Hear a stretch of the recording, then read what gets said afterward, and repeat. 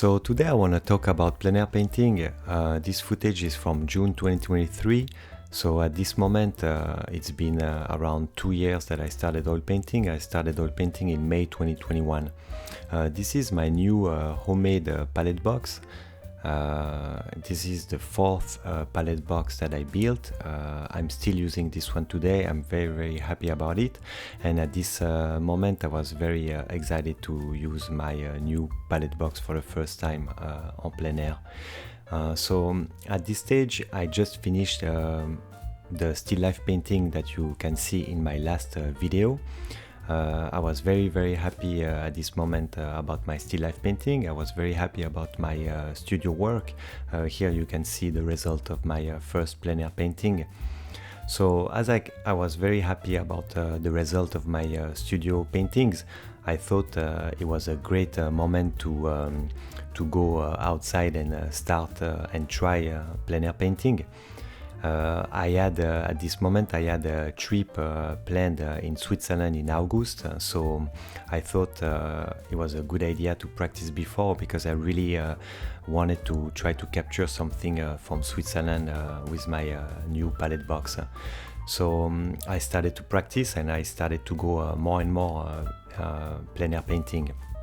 So as I was feeling comfortable in the studio, I thought, yeah, it was a good time to start plein air painting, but I didn't expect that it would be as hard as that.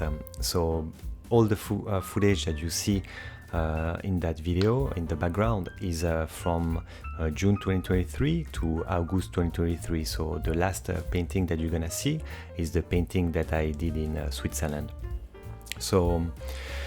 So yeah, I really recommend to first practice in the studio, because when you are in plein air, when I'm in plein air painting, the decision that I make, I have to take very fast decision.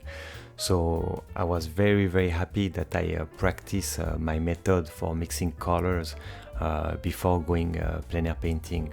But even though I felt comfortable in the studio, and I still feel now, I feel very comfortable in the studio, for some reason it's another game outside. Everything seems to change outside, and to me it's just so weird, because I have the same palette box. That's why also I use my palette box in the studio, because not only it's convenient, but also I thought it was a good practice. But I have the same tripod, I have the same palette box, and for some reason when I'm outside, everything seems to move way more. So yes, there is wind outside, there is different things, but it's hard for me to understand why, when I'm outside, the paintings process appears so different, and of course way more difficult. So yeah, when I'm outside painting, I have to face the weather condition that can be hard. Sometimes it's very enjoyable, but sometimes it can be very hard. Sometimes either it's too cold or it can be too hot. Both are very difficult. But I think when it's too hot, it's even harder. There is also the fact that the light change pretty fast, so I have to go pretty fast also to try to capture what I see. As well, the fact that it's actually very hard to stay for several hours painting outside. At least so far I had a hard time staying longer than let's say 3 hours outside. I think the longest painting I have done outside is around 2.5 hours. One thing that also I need to force myself to do is taking breaks, making more pause when I'm outside, because I feel in the studio, when I step back from my painting and I go do something else for a little bit, it helps. When I come back to the painting, I come back with a new energy, and it's very helpful. This is something I really have a hard time to do outside because I'm scared to leave my whole setup like that. So of course I can walk a little bit around, but I cannot really leave. I cannot, for example, leave my setup and go get a coffee in a restaurant. This is impossible to do. And I feel if I wrap up my setup, then I want to go back to the studio. It's really hard for me to wrap up the setup and go back to the same subject again, even maybe the same day or even a day after. I never did that in plein air, and I heard there's a lot of plein air painters that does that. They go, they choose a subject and then they spend maybe 3 or 4 days on the same subject, and they try to come back in the same time, of course, to have to try to get the same light condition that they got the first time. So this is something I might try in the future. So far, I have to admit that I kind of lose interest in the subject. That's why lately I have been very, very careful when choosing my subject en plein air, because I feel when I lose interest in the studio, it's easier to gain that interest back, because like I said before, by just doing something else for a few minutes or a few hours or even a day, when you come back to the painting, sometimes you just find this interest back naturally.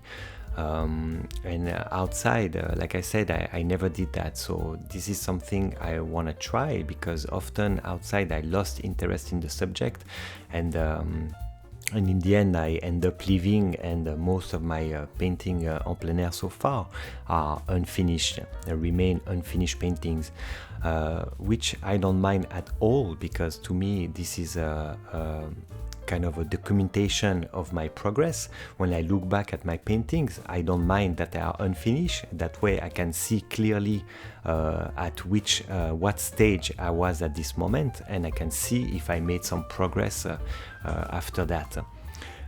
So lately I've been pushing plein air painting, and I have been again very, very frustrated by the result, but I have noticed some improvement. So I think this year I want to keep pushing plein air painting. I want to alternate between plein air painting and studio painting. I really love both, so I will keep pushing both this year, and at the end of the year I will probably choose if I have to focus on one of them or if I can keep going to do both, because I will find enough pleasure in both. In both activities to keep pushing them. There's something truly magical to capture something from the outside and to come back to the studio with a painting from the outside. There's something very, very magical about it. So far I wanna keep pushing it.